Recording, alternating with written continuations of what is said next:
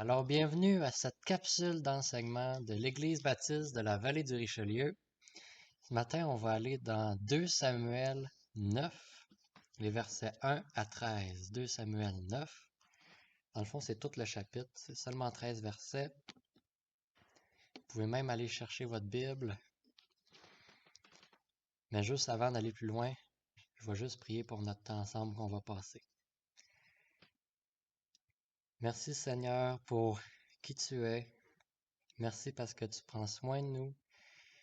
Merci parce que tu es venu sur terre pour nous réconcilier avec toi. Puis maintenant, Seigneur, tu nous invites dans ta communion avec toi. Puis, Seigneur, je te prie que des gens qui n'ont pas encore accepté ce cadeau-là, qu'ils puissent le recevoir, puis que tu puisses encourager chaque frère et sœur à continuer à marcher avec toi dans une communion avec toi. Puis je te prie que, alors qu'on va ouvrir ta parole ce matin, que ça puisse pas être mes paroles, mais que ça puisse être toi qui puisse encourager mes frères et mes sœurs. Au nom de Jésus, Amen. Avant de se lancer dans notre texte de 2 Samuel 9, on va juste aller voir le contexte derrière ce chapitre-là. Puis après, on va voir qu'il y a une grâce qui a été faite à quelqu'un à cause d'une promesse. Puis on va voir comment cet individu-là a reçu cette promesse-là, cette grâce-là. Puis comment que nous aussi, qu'est-ce que ça change à notre vie? Parce que la parole de Dieu, la Bible est encore d'actualité. Puis c'est merveilleux. Alors, David. David, c'est celui qui avait combattu le géant Goliath, puis il avait été victorieux, puis il gagnait en popularité. Puis il devenait de plus en plus populaire, même plus populaire que le roi actuel qui s'appelait Saül. Puis Saül, il commençait à être jaloux. Puis ça allait même qu'il voulait le tuer. Mais Saül, il avait un fils qui s'appelait Jonathan. Puis Jonathan, c'était un bon ami de David.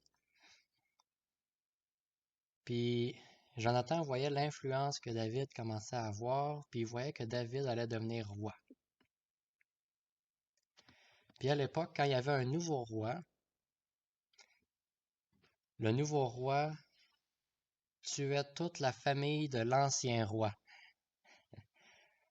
Parce que les descendants, la famille de l'ancien roi était une menace pour le nouveau roi, pour la stabilité du nouveau roi, parce qu'il pouvait reprendre le trône. Fait que c'était à chaque fois qu'il y avait un nouveau roi, on tuait toute l'ancienne famille à cette époque-là. Puis à l'époque, c'était très important de conserver sa descendance aussi. C'est pour ça qu'on a de nombreuses généalogies dans la Bible. Parce que quand tu arrivais en terre promise, quand Israël arrivait en terre promise, si ton nom n'était pas dans la généalogie, ben tu rentrais pas dans la terre promise. Si ton nom n'était pas dans la liste, tu rentrais pas dans la terre promise. Donc Jonathan, il veut que ses descendants soient il veut conserver son nom, puis il veut aussi que ses descendants conservent son nom, puis il va demander à David de lui faire une promesse. Là, je vous ai fait tourner dans 2 Samuel 9, mais on va aller dans 1 Samuel 20, à la fin du verset 14. Ça dit, c'est Jonathan qui parle à David, puis il dit, « Et si je viens à mourir, tu ne cesseras jamais d'agir avec bienveillance envers les membres de ma famille, même lorsque l'Éternel aura fait disparaître tous tes ennemis sans exception de la surface de la terre. » Fait que là, Jonathan demande à David, si je meurs, puis si tu deviens roi, ben, prends soin, fais du bien à ma famille, à mes descendants. Puis là, un peu plus tard, Saül il va encore tuer David, puis il le poursuit dans les montagnes, dans les déserts, puis il voit aussi que David va devenir roi. Puis il demande à David la même promesse un peu plus loin dans 1 Samuel 24, les versets 21. C'est Saül qui dit à David, maintenant voici, je sais que tu régneras et que la royauté d'Israël restera entre tes mains. Jure-moi donc par l'Éternel que tu ne détruiras pas ma postérité après moi, ma descendance, ma famille, et que tu ne retrancheras pas mon nom de la maison de mon père. David le jura à Saül, puis Saül s'en alla dans sa maison. Donc, David il a promis à Jonathan puis à Saül qu'il allait conserver leur descendance. C'est un petit peu ça, le contexte derrière 1 Samuel 9. Quand on commence, là on va aller pour de vrai dans 2 Samuel 9, verset 1. Je vais le lire pour vous. David dit, reste-t-il encore quelqu'un de la maison de Saül pour que je lui fasse du bien à cause de Jonathan? Ça, c'est comme une phrase clé. À cause de Jonathan. Elle revient 2 fois dans notre chapitre. Donc, David, au chapitre 9, il est rendu roi. On est dans 2 Samuel. Il est rendu roi. L'Arche de l'Alliance est à Jérusalem. Ça va bien. David, euh, il règne souverainement à peu près il n'y a pas d'ennemis. Il est quand même en paix. Puis, il veut accomplir maintenant la promesse qu'il a faite à Jonathan. Puis on va voir comment il a fait ça. Donc là, David, au verset 1, pardon, il pose une question. Là, ça laisse sous-entendre que les descendants de Saül puis Jonathan, on les a pas revus. Ou ils sont tous morts. On ne sait pas ce qui est arrivé avec eux. Donc, David va demander à Tsiba, verset 2. Il y avait un serviteur de la maison de Saül nommé Tsiba, que l'on fit venir auprès de David. Tsiba, c'était un fidèle serviteur de la maison de Saül. Puis David va lui demander, est-ce qu'il reste un survivant pour que je lui fasse du bien à cause de Jonathan? Puis Tsiba, il devrait le savoir parce qu'il était très proche de la famille à Saül.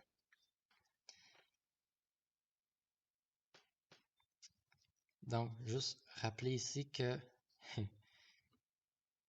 David, il veut traiter les survivants avec la bonté de Dieu. Dans d'autres traductions, je pense en français courant, ça dit, je veux traiter les survivants comme Dieu lui-même, avec la bonté de Dieu, comme Dieu lui-même, à cause de la promesse que Jonathan a demandé à David de tenir. Donc, peu importe dans quel état les survivants sont, David désire user de la bonté de Dieu envers ces gens-là. C'est pas parce que David veut faire une bonne action ou parce qu'il a pitié d'eux autres, mais c'est à cause de la promesse de Jonathan. Je mets l'emphase là-dessus, vous allez comprendre plus tard. Donc, Tsiba lui annonce qu'il en reste un survivant. Il en reste un. Donc, on continue. Au verset 3, le roi dit, n'y a-t-il plus, et là il pose la question, n'y a-t-il plus personne de la maison de Saül pour que j'use envers lui de la bonté de Dieu? Et Tsiba répondit, il y a encore un fils à Jonathan, perclus des pieds, handicapé des jambes dans d'autres versions, dans d'autres traductions.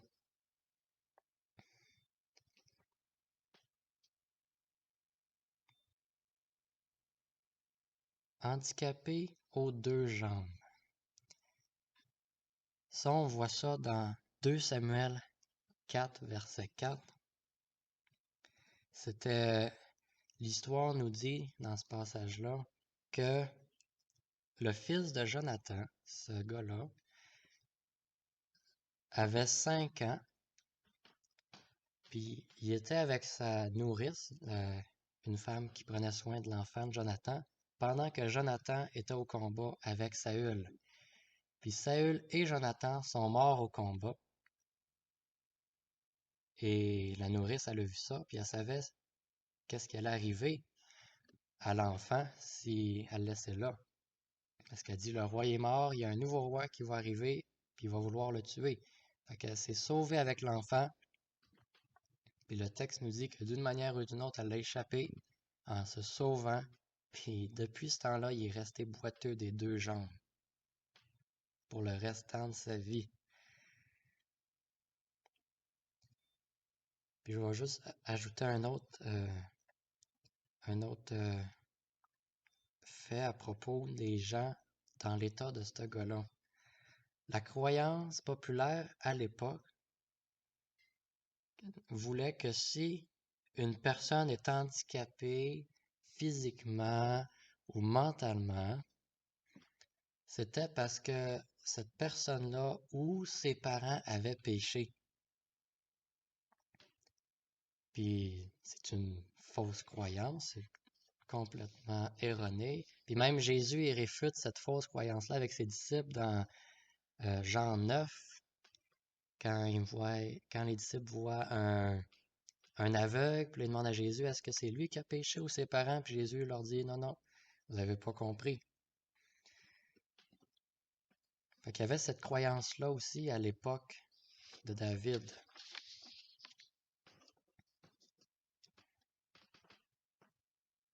On continue.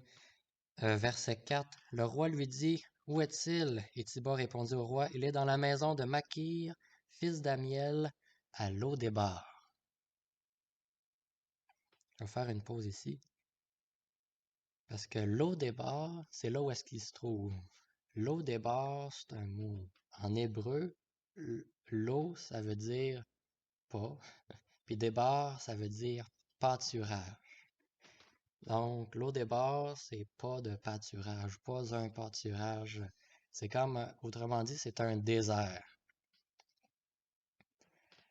Fait il reste un survivant, un fils de Jonathan.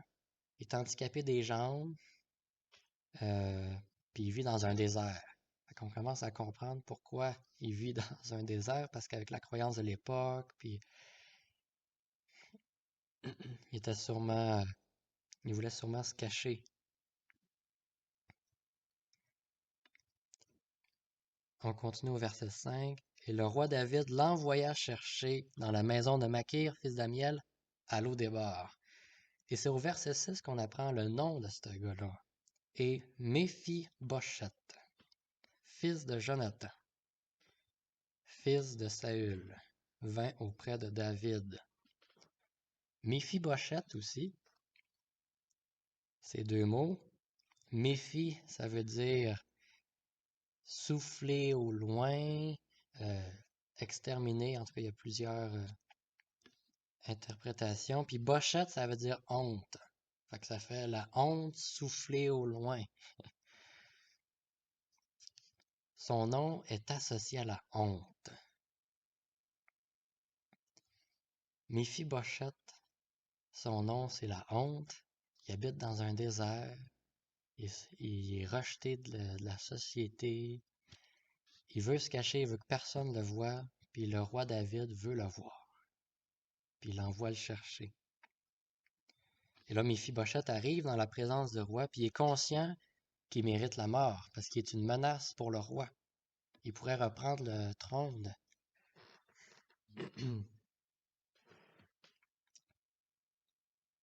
Alors, on peut comprendre sa réaction quand il arrive au verset 6.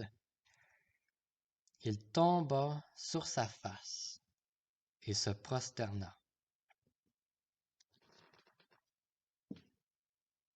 Donc, Méphi-Bosheth, un rejeté de la société, reconnaît ce qu'il mérite, puis il se prosterne devant le roi. Si je continue. David dit, Méphi-Bosheth, et il répondit, voici ton serviteur. Au verset 7, David le rassure, puis David lui dit, verset 7, ne crains pas, ne crains point, car je veux te faire du bien à cause de Jonathan. Pas parce que j'ai pitié de toi, à cause de ce que Jonathan a fait.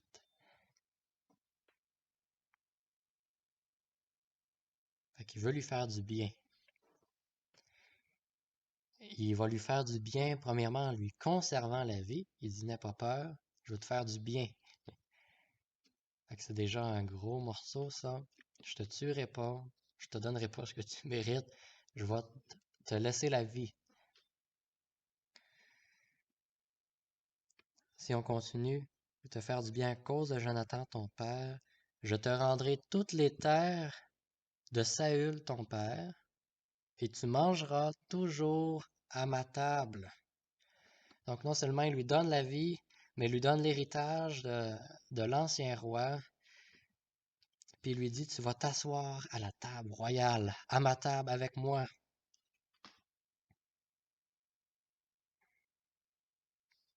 Puis Méphibosheth, qu'est-ce qu'il a fait pour mériter ça? Il n'a rien fait. Il n'a rien fait de particulier pour mériter cette grâce-là. En fait, la grâce, c'est une faveur, c'est quelque chose qu'on ne mérite pas. Puis c'est aussi, au lieu d'avoir la mort, il nous donne la vie, mais il nous donne la richesse, un héritage, puis il nous fait asseoir dans la présence du roi. Tu sais, David, il aurait pu juste dire, je te laisse la vie, puis reste dans ton désert. Non, il lui dit, sors, viens avec moi dans ma table, à ma table royale, puis je vais te confier l'héritage. À cause de ce que Jonathan a fait. Puis au verset 8, on voit la réaction. Puis moi, ça m'avait touché la première fois que j'avais lu cette réaction-là de Méphibosheth. On va le lire ensemble. Verset 8, il se prosterna, Méphibosheth, et dit, qu'est-ce que ton serviteur pour que tu regardes un chien mort tel que moi? Aujourd'hui, dans notre culture occidentale, les chiens, c'est des animaux aimés, chouchoutés. On les aime, les chiens. Mais c'était pas du tout, mais pas du tout le cas à cette époque-là. À plusieurs reprises dans la Bible, on voit que les chiens, là je vais juste vous énumérer, puis dans le courriel que vous avez reçu, il y a toutes les références qui viennent avec, sont vus comme impurs parce qu'on jette la viande impure aux chiens.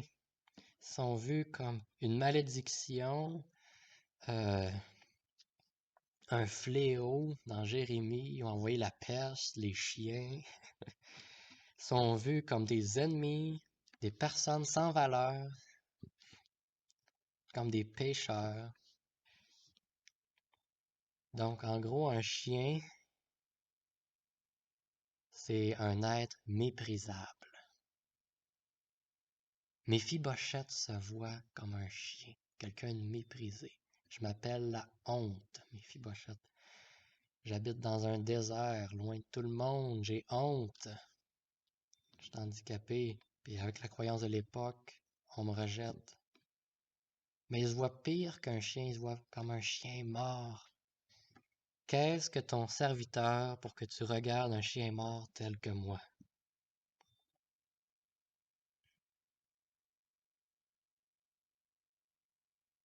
Méphibosheth, il reconnaît sa condition, puis il voit qu'il mérite pas grand-chose.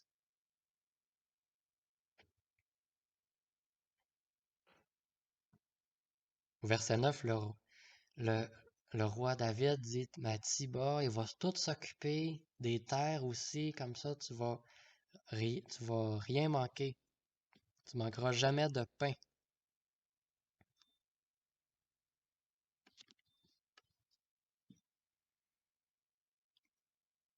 Le roi David veut user, il veut déverser la bonté de Dieu sur Méphibosheth. Peu importe qui il est, puis peu importe d'où il vient. Parce c'est pas parce que Méphibosheth a fait quelque chose, mais c'est parce que Jonathan a promis quelque chose, a fait quelque chose. C'est à cause de Jonathan.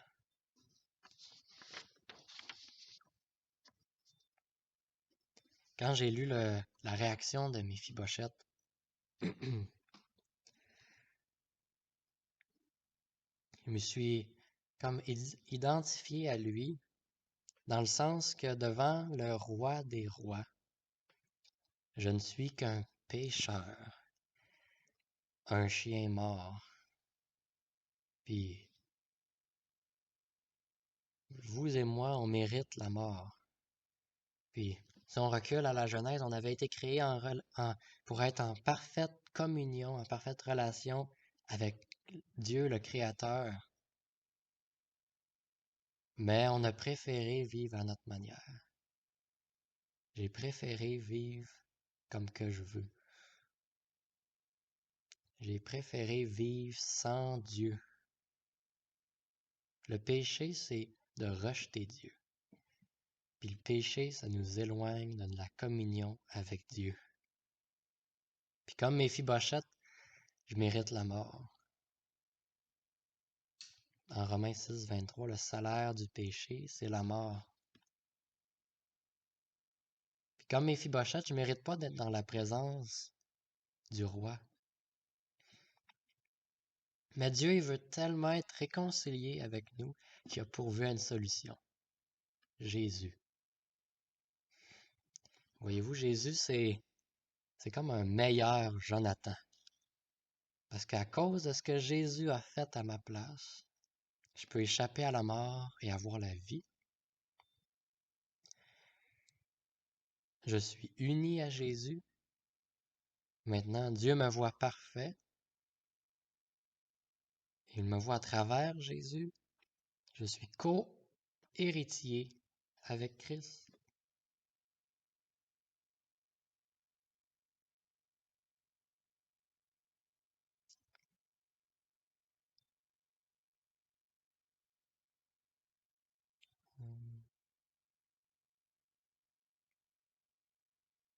Puis tout ça à cause de Jésus.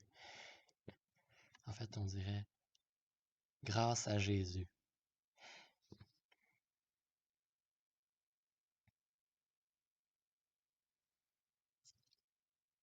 Alors, je vais continuer au verset... Où est-ce qu'on était rendu? Verset 9. Le roi appela Tsiba, serviteur de Saül, et lui dit, je donne au fils de ton maître tout ce qui appartient à Saül et à toute sa maison. Tu cultiveras pour lui les terres, toi, tes fils et tes serviteurs, et tu feras les récoltes, afin que le fils de ton maître ait du pain à manger. Et Méphibosheth, fils de ton maître, mangera toujours à ma table. Or, Tsiba avait 15 fils et 20 serviteurs, donc il y avait en masse de monde pour s'occuper de tout l'héritage de Saül. Verset 11. Il dit au roi, Tsiba, ton serviteur fera tout ce que le roi mon seigneur ordonne à son serviteur. Et Méphibosheth mangea à la table de David comme l'un des fils du roi. Et Méphibosheth mangea à la table de David comme un des fils du roi. Dans la Bible, le terme manger à la table, ça veut dire plus que partager un repas. Ça démontre plus une communion profonde qu'on a avec quelqu'un. Par exemple, lorsqu'on prend le repas du Seigneur en assemblée, on se rappelle le sacrifice énorme que Jésus a payé pour qu'on puisse être en communion avec le Père, avec Dieu, avec le Créateur de l'univers.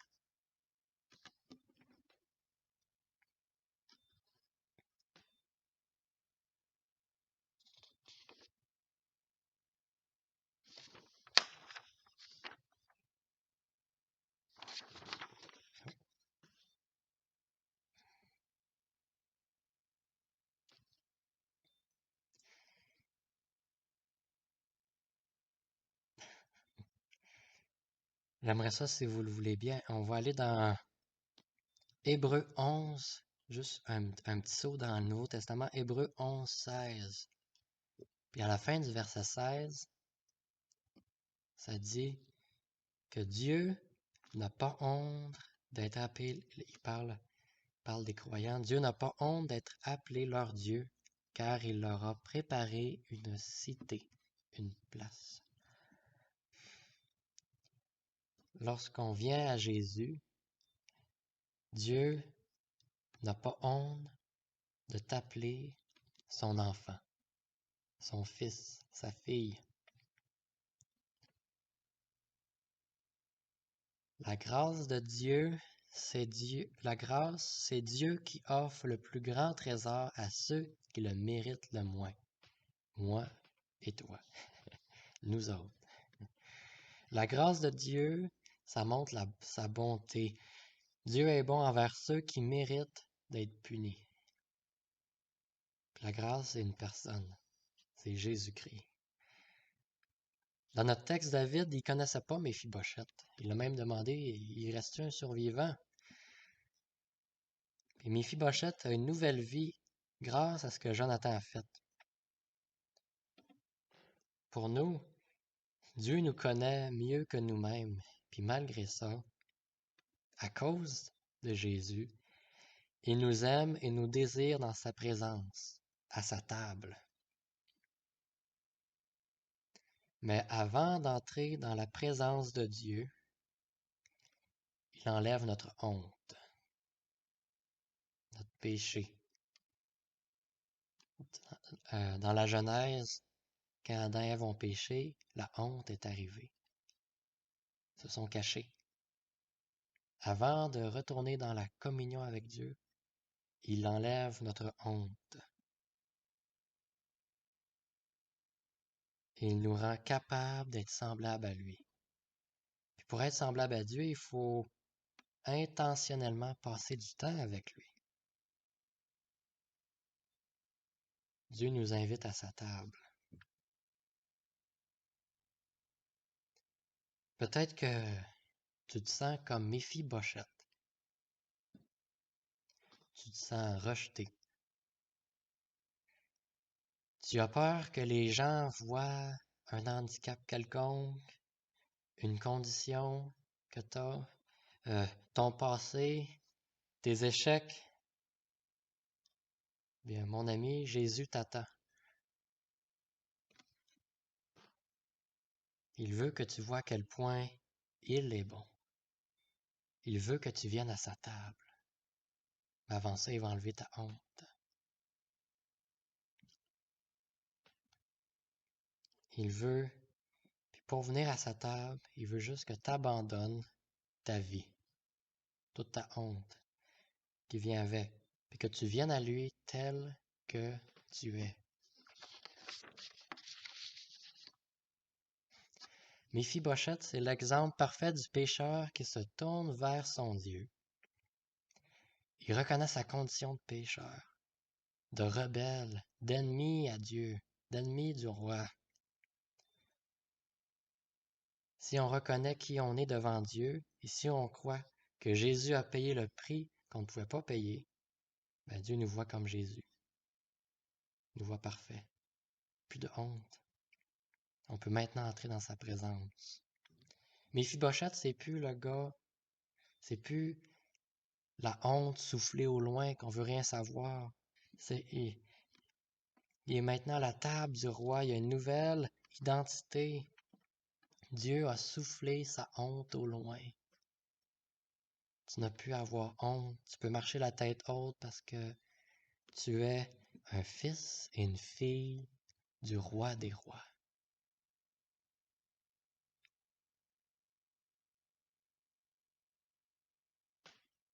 Verset 12. Méphibosheth avait un jeune fils nommé Mika, et tous ceux qui demeuraient dans la maison de Tsiba étaient serviteurs de Méphibosheth.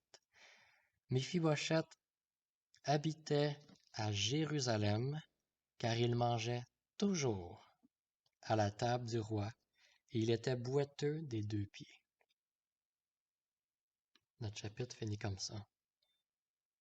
Dans certaines traductions, ça dit il mangeait continuellement, constamment, toujours à la table du roi. Imaginez que David lui annonce qu'il lui donne la vie, je t'invite à ma table, je te donne l'héritage, puis Méphibosheth, il il dit non, moi je viendrai pas à la table du roi, je vais rester à l'eau des bords dans le désert. Ouh, ça aurait été ridicule là, de refuser cette offre-là de manger à la table du roi. Ça aurait été ridicule de négliger ce privilège-là d'être en communion avec le roi.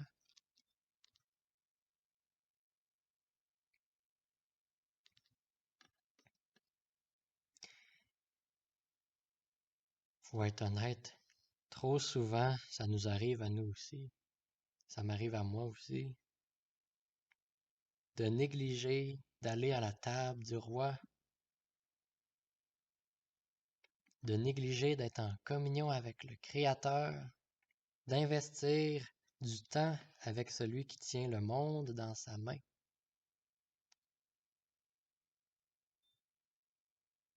Nous avons besoin de passer du temps avec Dieu dans sa parole régulièrement, continuellement, puis même chaque jour. Dieu nous invite à sa table. Je voulais une petite citation pour encourager à passer du temps dans sa parole, pour rencontrer Dieu à travers sa parole. Nous avons besoin d'ouvrir le livre du Dieu qui nous parle. Le Dieu de l'univers s'est fait connaître à travers sa parole. Laissons-nous à nouveau nous émerveiller par cette activité surnaturelle qui consiste à rencontrer notre Créateur et à l'entendre nous parler.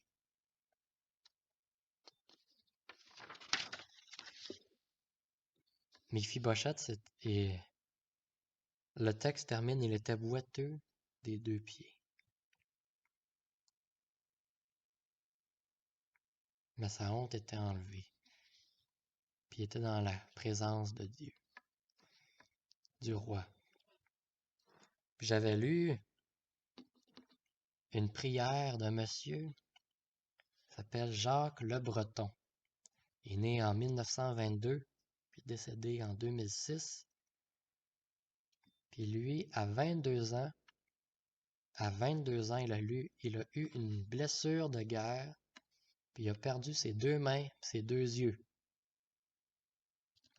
À 22 ans, plus de mains, puis plus d'yeux. Puis à ce moment-là, il a redécouvert sa foi. Puis il a passé le reste de sa vie à défendre la dignité de l'homme, puis il dit qu'il soit valide ou handicapé. Puis il dit, car le seul handicap est d'être amputé de Dieu, d'être séparé de Dieu. Je vous lis la prière. Seigneur Dieu de paix, je t'ai donné toute ma douleur et tu m'as donné tout ton bonheur.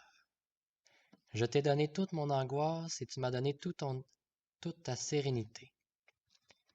Que mon âme te chante toute sa joie. Je t'ai donné tout mon égoïsme et tu m'as donné toute ta générosité.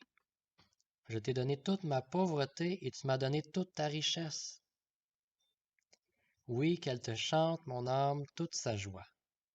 Je t'ai donné tout mon rien et tu m'as donné tout ton tout. Et comme à Cana, il eut trop de vin, tout comme à la multiplication, il eut trop de pain, et comme à Tibériade, il eut trop de poissons et les filets ont craqué. Dieu, quand tu donnes toujours trop de tout. Je t'ai tout donné et tu m'as tout donné. Mais le tout de moi est si petit et le tout de ton amour est si grand. Et je m'y suis émerveillé de la beauté de ta présence, et je me suis ébloui de la lumière de ta grâce, et je me suis rassasié de ta générosité, et je me suis abreuvé de ta miséricorde. Et je me suis enivré de ta tendresse. Je me suis nourri de ta clémence et de ton infinité, pour que de toute mon âme j'aille à ta recherche. Car sans toi, je suis privé de tout bien. Que mon âme te chante toute sa joie. Amen. Alors, chers frères et sœurs et amis, que la grâce et la paix de la part de Dieu notre Père et du Seigneur Jésus-Christ, comme disait Paul dans ses lettres, vous soient données. Bonne semaine.